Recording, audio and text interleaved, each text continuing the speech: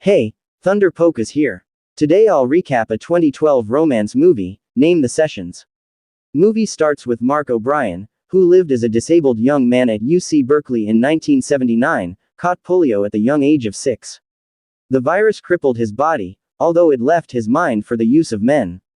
Despite being disabled, Mark is a poet and a lover of books. He decides to use his ability to favor all humans by writing books and poems. He attends school alone and drives on his self-used rider. Upon finishing school, he writes about books and graduation. On his graduation day, he recites a poem about graduation, where he figuratively implies and asks if he will be accepted as the protege that he is. In 1988, Mark still lived at Berkeley and slept in a pod. One night, his cat jumps around the house and jumps on his pod, thereby waking him up. He wakes and anticipates his assistant Joan. He looks at the picture of Mother Mary by his wall and wishes Mother Mary good morning before Joan eventually enters. Joan enters the room, opens the door, greets him, and he comments that she is late. But she doesn't give him a response. She goes to him, removes the pothead, then starts scrubbing his body with the sponge. He acknowledges that he doesn't like Joan working for him, as she believes she is doing him a favor and not the other way around. Joan rides him to the church, and on the way, he says he misses the times when he was able to ride himself anywhere he is going. Since he doesn't have the privilege again and is used to having accidents on the road, despite using a mirror while they ride, Joan says she needs a favor from him. He humorously asks if she needs him to help her carry a shelf. She says she needs him to give her a 2 weeks advance on her pay, as she needs to use it.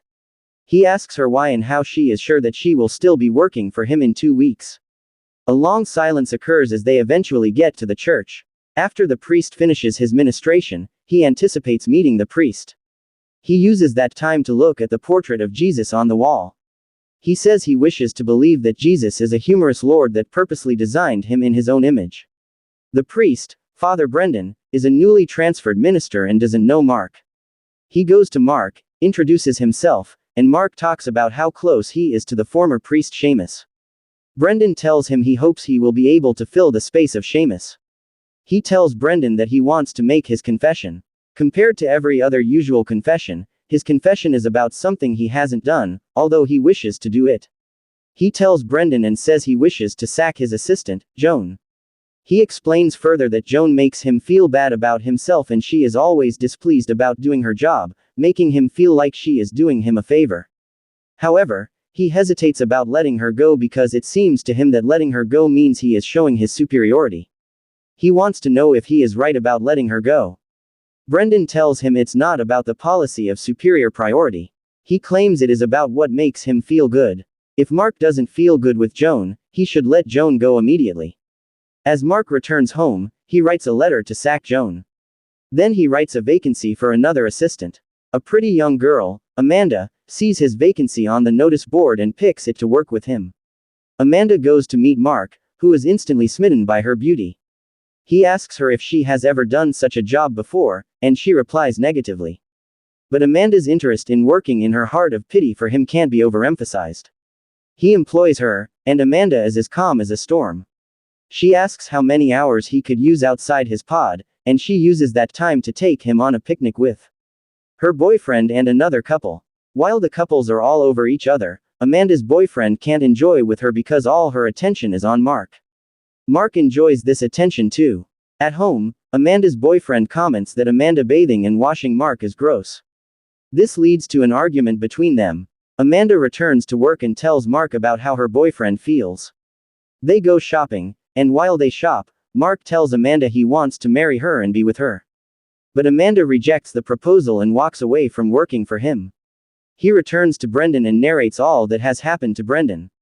Brendan welcomes him to the human world, telling him that people get rejected at every period. He tells Mark that he doesn't have the best advice, but Mark can try to see a therapist. Mark gets another assistant, Vera. On Vera's first day at work, Mark receives a call and asks Vera to pick it up. The call is from Sandy at Pacific News Service. Sandy tells him they have a new job and they want to interview disabled people in Berkeley about how they relate to sex and get love. He asks if he will be interested. Mark asks why they are taking such duty at that time, and Sandy tells him it's because they have the funds now. He took the job and proceeded to start interviewing the people. He meets with one of them, Carmen. She says although she can't do all the styles due to her body, she is fine with her boyfriend making love with her. Although her boyfriend wants more, and she gives him more. He meets with another person who says that the act of this style of love is about the mouth. And he smokes, so he gets to use his tongue for a great deal, and he enjoys it. Mark feels down about the fact that he has never had love. He decides to call the center about making love and disability to ask for a sex therapist. But he is told the department has been scrapped. However, they recommend a former therapist from that department to him and ask him to call her. He goes to visit the sex therapist, who tells him he could get a professional sex surrogate and he could fulfill his love expectations with her. He goes to meet Brendan, and although Brendan advised a normal therapist, he has met a sex therapist and he wants to meet a sex surrogate. Brendan asks him if he knows that doing it before marriage is a sin. But he claims he has tried to make love within the marriage cycle, but it's impossible as no one wants to marry him. Brendan insists it's the same as prostitution, but he claims he just wants it. Brendan says he can't advise on that. Eventually, Brendan acknowledges that God may pardon Mark for it. Laura, the sex therapist, calls Cheryl, the professional sex surrogate, and asks her if she will be interested in the gig. While Mark goes to ask for Carmen's house for the first date because his house doesn't have a bed. Carmen allows him, so he meets with Cheryl there for the first time. She tells him he only has 6 sessions with her, and she is different from a prostitute because a prostitute wants the client to keep coming. But she only wants the client to know how to enjoy themselves for that session. Mark is done for even before she touches him. He feels cursed that he can't enjoy with a lady. He tells Brendan about how it went, and in the second session, he is done for on her thighs. He tells Brendan that he thinks he is cursed and God doesn't want him to enjoy love.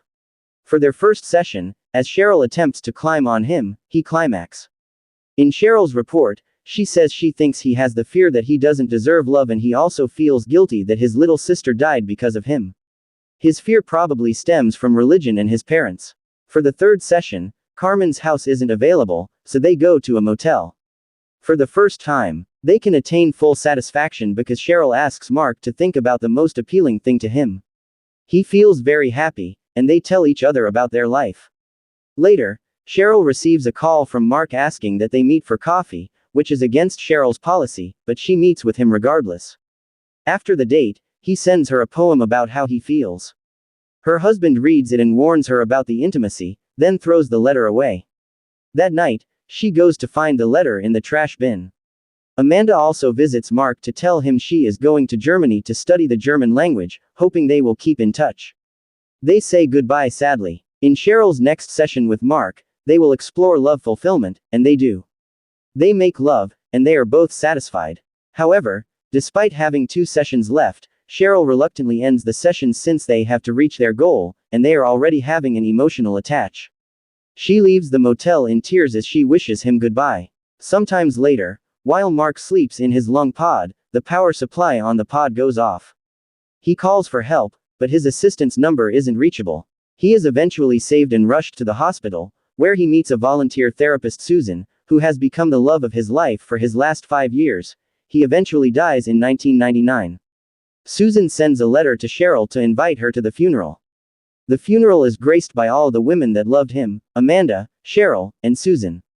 Brendan reads his sermon, and Susan reads the poem Mike wrote to Cheryl when he was alive. They all celebrate a life well spent, and the movie ends here.